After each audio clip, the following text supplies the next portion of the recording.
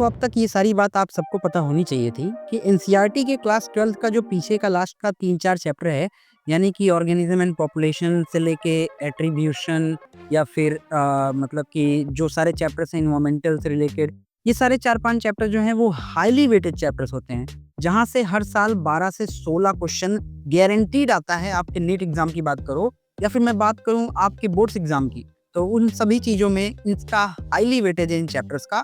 तो उन्हीं चैप्टर्स में आज हम देखने वाले हैं एक और चैप्टर। वेलकम टू डे 22, जिसमें हम देखने वाले हैं आज हमारा टॉपिक होगा आज का ऑर्गेनिज्म एंड पॉपुलेशन। सबसे पहला ही पॉइंट है हमारे पास कि ऑर्गेनिज्म एंड इट्स इन्वायरमेंट के बारे में थोड़ा सा जानते हैं। ठीक है, ऑर्गेनिज्म और उसके इन्वायरमेंट के बारे में। तो यहाँ पे सबसे पहली चीज दिखाया हमें कि an organism lives in a constant interacting या फिर इंटरेक्शन विथ इट्स इन्वायरमेंट। कोई भी ऑर्गेनिज्म किसी इन्वायरमेंट में रहता है ना, तो वहां पे वो कॉन्स्टेंटली अपने एबायोटिक फैक्टर्स यानी कि नॉन लिविंग चीजों से इंटरेक्ट करता ही है। जैसे कि फॉर एग्जांपल आप पानी पीते हो, आप एयर से आप क्या कर रहे हो, ऑक्सीजन ले रहे हो, तो क्या हुआ, एक तरह का इंटरेक्शन ही तो हुआ। वही कह रहा है कि survival of organisms depend on किन किन चीजों पे सर्वाइवल, किसी भी ऑर्गेनिज्म के सर्वाइवल किन किन चीजों पे डिपेंड करते हैं। पहला है एबायोटिक फैक्टर्स, दूसरा है बायोटिक फैक्टर्स और तीसरा है एडाप्टेशन। ठीक है, अगर इसको मैं जरा सा लिटिल बिट हल्का सा सिंप्लीफाई करूं तो एबायोटिक फैक्टर्स ऐसे फैक्टर्स होते हैं जो नॉन लिविंग होते हैं, ठीक है। फॉर एग्जांपल एयर वाटर ले लो, एयर वाटर लाइट, ठीक है।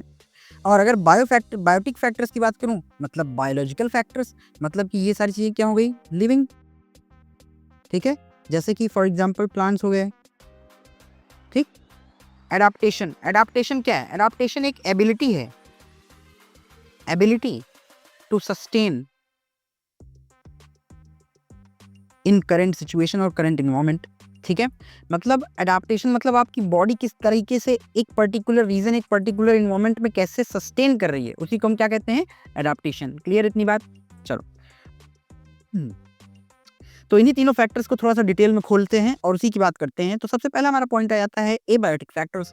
एबायोटिक फैक्टर्स में सबसे पहले आता है हमारे पास टेम्परेचर। टेम्परेचर मतलब तापमान। कैसे, देखो क्या कि most organism survive between 0 degree to 45 degree Celsius. मतलब जो मैक्सिमम ऑर्गेनिजम्स जो होते हैं वो कितने, 0 डिग्री से 45 डिग्री सेल्सियस के बीच अपना सर्वाइव करते हैं।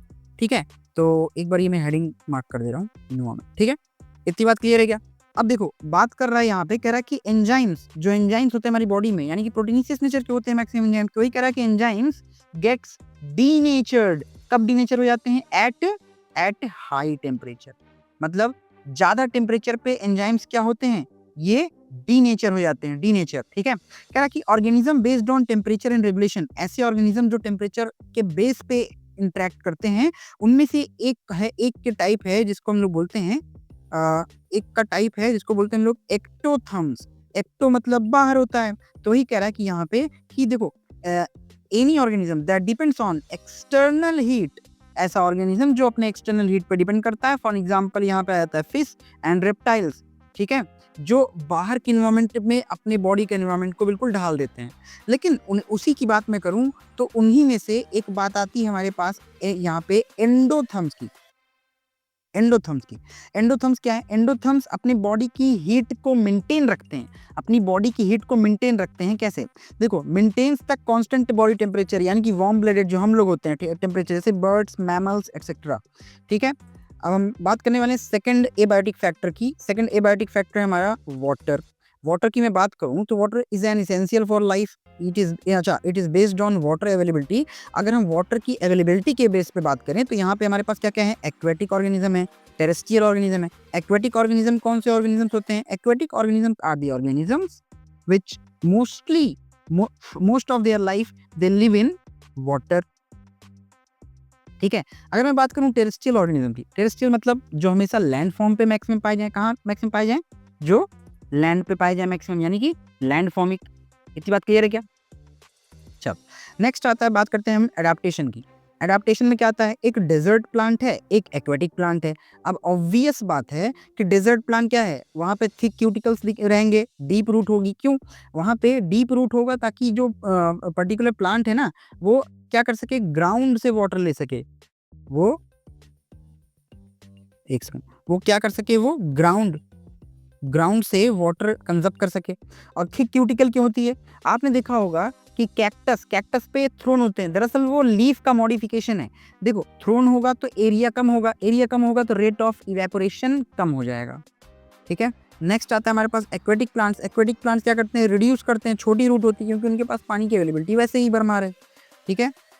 नेक्स्ट हम बात करते हैं, हमारे पास नेक्स्ट हमारा एबायोटिक फैक्टर होगा लाइट। लाइट क्या है? देखो समझो बात को, इट इन्फ्लुएंसेस द फोटोसिंथेसिस। अगर मैं बात करूँ यहाँ पे अंडरलाइन करने की बात, तो फोटोसिंथेसिस भाई जो हमारे अर्थ पे प्राइमरी प्रोड्यूसर हैं उसके लिए मोस्ट इंपॉर्टेंट चीज है फोटोसिंथेसिस, ठीक है। तरह की plant based on light requirement क्या शॉर्ट डे प्लांट्स होते हैं और लॉन्ग डे प्लांट्स होते हैं। शॉर्ट डे प्लांट जिनको कम अमाउंट में चल जाता है, लॉन्ग डे मतलब जिनको लाइट का अमाउंट ज़्यादा चाहिए होता है, ठीक है।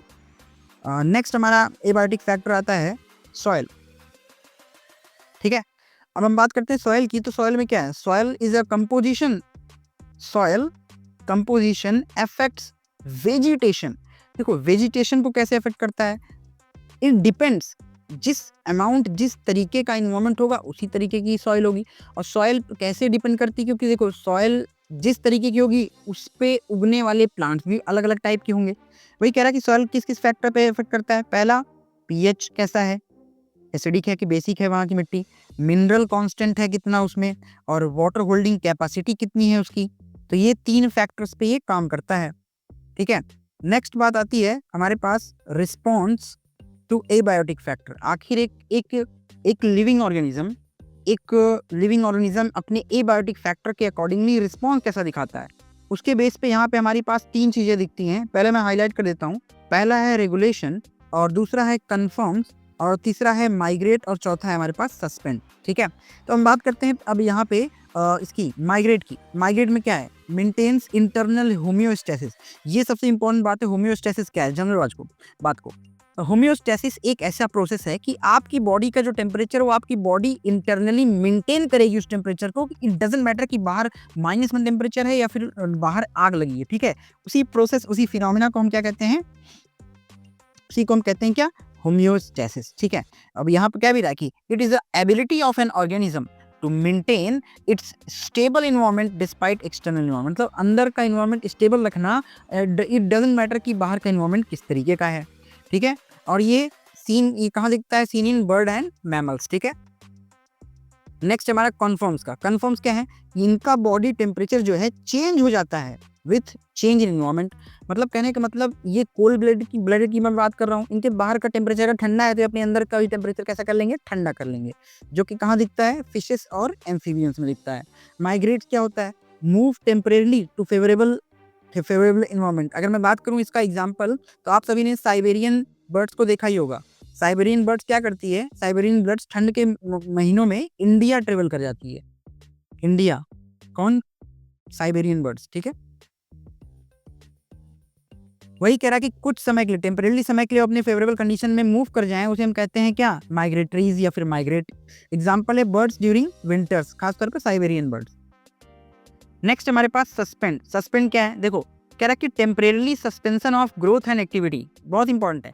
ऐसे ऑर्गेनिज्म होते हैं जिनके अनफेवरेबल कंडीशन पे वो अपनी बॉडी को ऐसी स्थिति में कर देते हैं जहाँ पे उनकी बॉडी का मेटाबॉलिक रेट या फिर कंजप्शन ऑफ एनर्जी का रेट बहुत मिनिमम हो जाता है, ताकि वो वापस अपने मतलब कि फेवरेबल कंडीशन में अपने आप को मतलब फिर से निकाल के रिस्पॉन्स दिखा सकें। इसमें से 3 चीज़ें याद रखिएगा।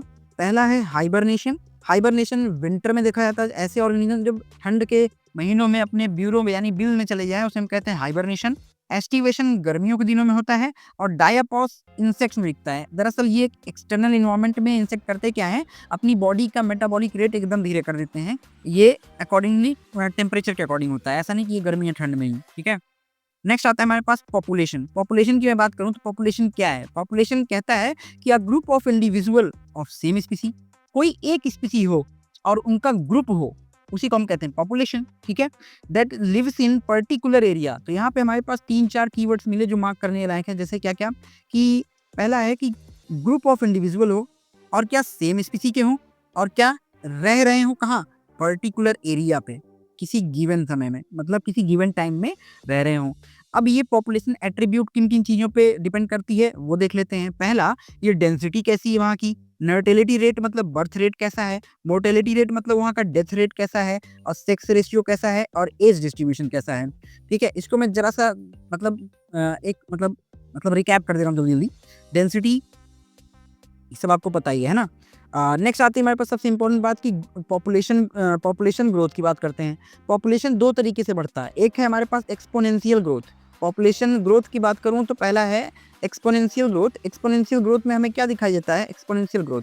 एक्सपोनेंशियल ग्रोथ में याद रखिएगा ग्राफ हमेशा जे शेप बनता है। इक्वेशन इसका होता है dn/dt जो होता है वो rn के बराबर, यानी कि समझिए ये ग्रोथ आपको कब दिखेगा? जब हमारे पास रिसोर्स अनलिमिटेड होगी। जब रिसोर्स बहुत ज़्यादा होगी, ज़ाहिर-सी बात है कांस्टेंट ऑर्गेनिज़्म क्या करेगा? रिप्रोडक्शन करेगा, और होगा क्या?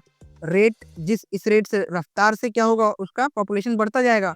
तो ये है हमारा कब? जब रिसोर्सेस अनलिमिटेड हो, ठीक है? लेकिन इसी की बात उल्टा हो जाती है जब हम बात करते हैं किसकी? लॉजिस्टिक ग्रोथ की। जब हम बात करने लगते हैं लॉजिस्टिक ग्रोथ में, तो यहाँ पे देखो जब लॉजिस्टिक ग्रोथ क्या है? जब रिसोर्स हमारे पास लिमिटेड हो, तो ग्राफ हमारा एस शेप बनता है।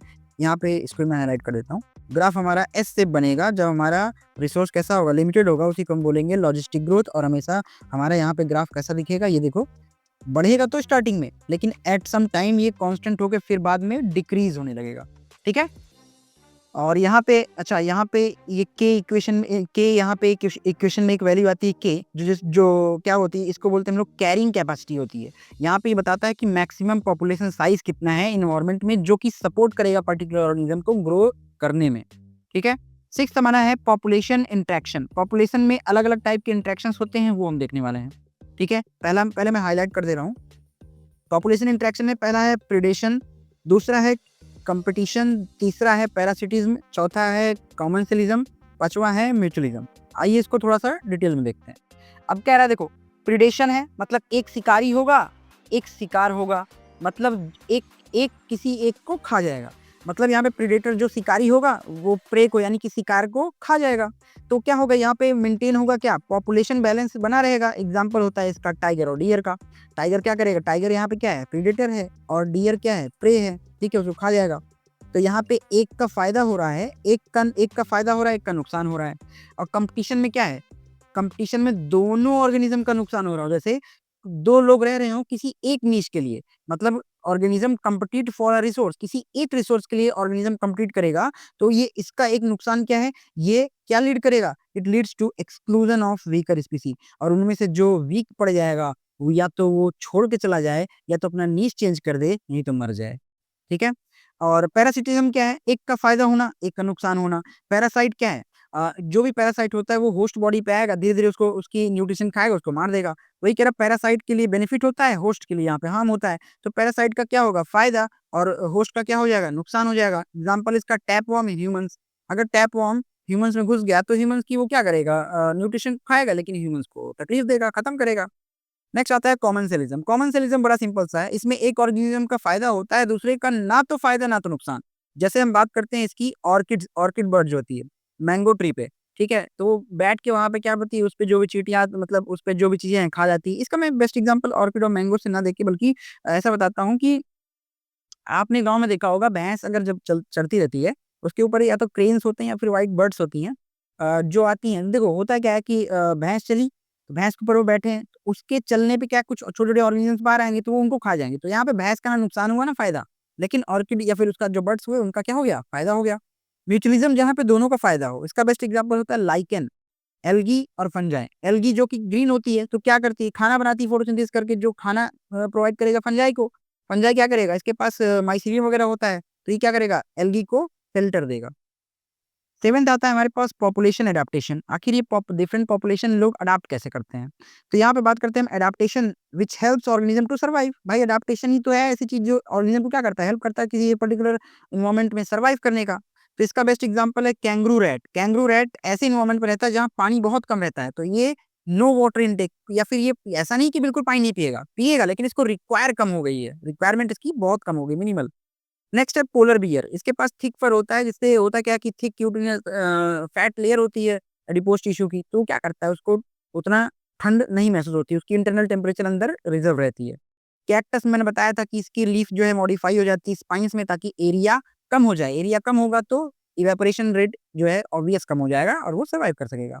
एनसीईआरटी की पॉइंट्स जो बहुत इंपॉर्टेंट है, जो मैंने अभी बता दिया, देख लो क्या-क्या, ectotherm, endotherm, homeostasis, carrying capacity और पॉपुलेशन डेंसिटी, म्यूचुअलिज्म, कम्युनिसलिज्म, प्रेडिशन, ये सारी चीज़ें क्या हैं, ये मोस्ट इंपॉर्टेंट में है।